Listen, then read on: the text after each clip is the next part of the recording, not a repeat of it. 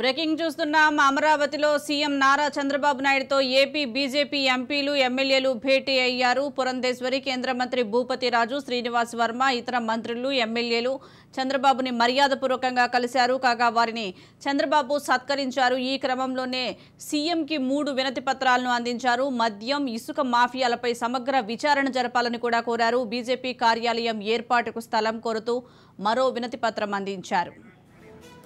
దీనికి సంబంధించి మరింత సమాచారం మా ప్రతినిధి శ్రీనివాస్ అందిస్తారు. శ్రీనివాస్, చెప్పండి. ఏపీ ముఖ్యమంత్రి నారా చంద్రబాబు నాయుడు ఇటు బీజేపీ ఎంపీలు ఎమ్మెల్యేలు భేటీ అయినట్లుగా తెలుస్తోంది. ముఖ్యంగా వినతి పత్రాలు కూడా సమర్పించినట్లుగా తెలుస్తోంది. అప్డేట్స్ ఏంటి? ఏపీకి సంబంధించిన బీజేపీ నేతలు కొద్దిసేపటి కింద ఆంధ్రప్రదేశ్ ముఖ్యమంత్రి చంద్రబాబును కలవడం జరిగింది. కలిసిన తర్వాత వాళ్ళకి సంబంధించి కొన్ని వినతి పత్రాలు అంటే రాత్రి వాళ్ళ సమావేశం నేపథ్యంలో కొన్ని వినతులు అయితే ముఖ్యమంత్రి చంద్రబాబు నాయుడు దృష్టికి తీసుకెళ్లడం జరిగింది. ఆంధ్రప్రదేశ్ లో గతంలో అనేక సందర్భాల్లో బీజేపీ నేతలు వాళ్ళు ఇండివిజువల్ గా ఎన్డీఏ కూటమిలోకి రాకముందు ఇండివిజువల్ గా ఉన్న సమయంలో అనేక సందర్భాల్లో కొన్ని పోరాటాలు చేశారు. ఇసుకకి మధ్య సంబంధించిన పెద్ద ఎత్తున పోరాటాలు చేసిన నేపథ్యం చూస్తున్నాం. అయితే అందులో భాగంగా పురంధేశ్వరి కూడా అనేక సందర్భాల్లో ఆ రాష్ట్రం అంటే ఏదైతే కొన్ని ప్రాంతాలు పర్యటించింది కాకుండా మధ్యలో పెద్ద ఎత్తున అవినీతి జరుగుతుందనే అంశాన్ని దృష్టికి తీసుకెళ్తమే కాకుండా కలిసి మధ్య నాణ్యమైన మద్యం విక్రయిస్తూ అనేక మంది ప్రాణాలను పోవడానికి కారణం అవుతుంది.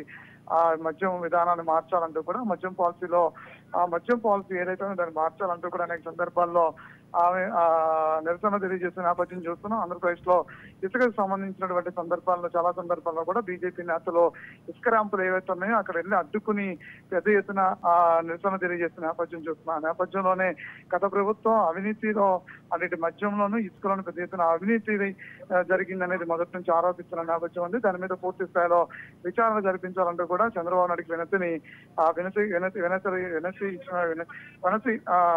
ప్రకటించినట్టు తెలుస్తుంది. అంతేకాకుండా రానున్న రోజుల్లో ఆంధ్రప్రదేశ్ లో బీజేపీ శాశ్వత పార్టీ కార్యాలయం ఉండే విధంగా కూడా స్థలాన్ని కూడా కేటాయించాలంటూ కూడా ఆయన దృష్టి తీసుకెళ్లడం జరిగింది. ఏదేమైనప్పుడు కూడా గతంలో అన్ని పార్టీలు పూర్తి స్థాయిలో గత ప్రభుత్వం ఉన్న హయాంలో అటు ఇసుక కావచ్చు, ఇటు మద్యం పాలసీ కావచ్చు, ఈ విధానాలను అన్ని పార్టీలు కూడా అప్పట్లో తప్పుపట్టడం జరిగింది.